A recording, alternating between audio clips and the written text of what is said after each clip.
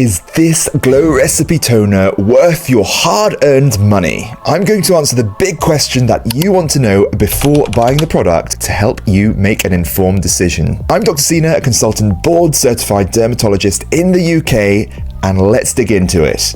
So, checking out the product packaging, it clearly states its ingredients, which is good, and clear usage of how to use this product. It comes in a sleek glass bottle, which is a nice touch there, and it kind of uses Frenchisms such as tonique, which I wasn't aware this was a French brand before, but okay, interesting. One thing I don't particularly like is that it calls itself a pore-tight toner. The thing is, this won't technically tighten your pores because your pores don't have a sphincter of muscle around them to help them open and close like a trapdoor. It may reduce the appearance of your pores due to its exfoliating qualities, however, that's very much a different statement. So just labeling pore tightening toner, that's not good. So let's try to dispense the product here.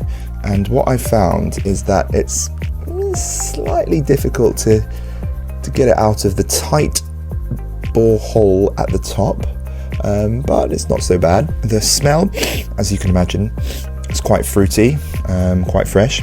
So of course, no complaints there. I've got to say it does smell slightly too sweet for my personal liking, but it feels good on the face.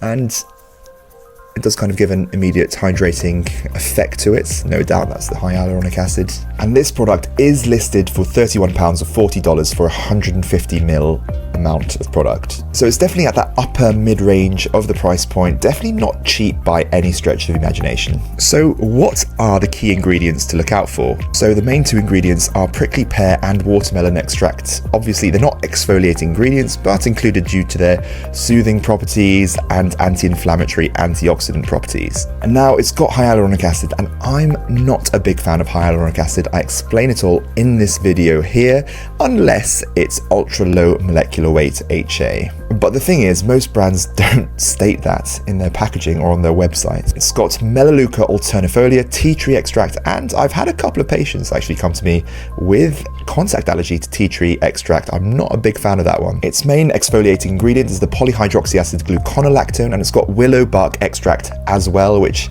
is kind of related to salicylic acid in a natural form. Now, my main point here would be, why not just go for salicylic acid where you can control the purity and the percentage as opposed to this kind of thing? But I guess it's on point with the branding. A lot of people want kind of very natural based products straight from source, so I guess that's why they've included it. Right, who is this product aimed at and who should be buying it? It positions itself to be hydrating and to reduce the appearance of pores. Yeah, so someone with combination skin, slightly acne prone skin, perhaps maybe slightly sensitive skin as well, this could be a good option for. Dullness and uneven textured skin could also be another subset of people who may respond quite well to this product. However, always still remember to patch test because it does have a PHA and BHA in it to see whether your skin would be sensitive to it. So would I put this in my personal skincare routine? Probably not.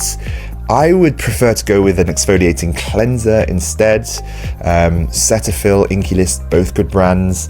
Just a dedicated cleanser with an exfoliant in it, and I wouldn't double up with a significantly exfoliating toner with it too. Now, from a perspective of decreasing the appearance of pores, okay, so in my instance, I don't personally have prominent pores. However, I would generally like to go with a dedicated product such as La Roche-Posay Effaclar Matte, which causes scattering of light as it hits the surface of the skin to just reduce the appearance of prominent pores and reduce the kind of uneven appearance of it. Because what you're doing here is you want to just reduce the appearance of pores. It's not going to, well, as it says here, it's not going to tighten pores, and that's all you can kind of best hope to achieve using just a topical product. So I hope this video has given you a good insight into whether you want to purchase this product. If you found it useful, give me a like and please kindly subscribe, and I'll do more of these types of videos in the future.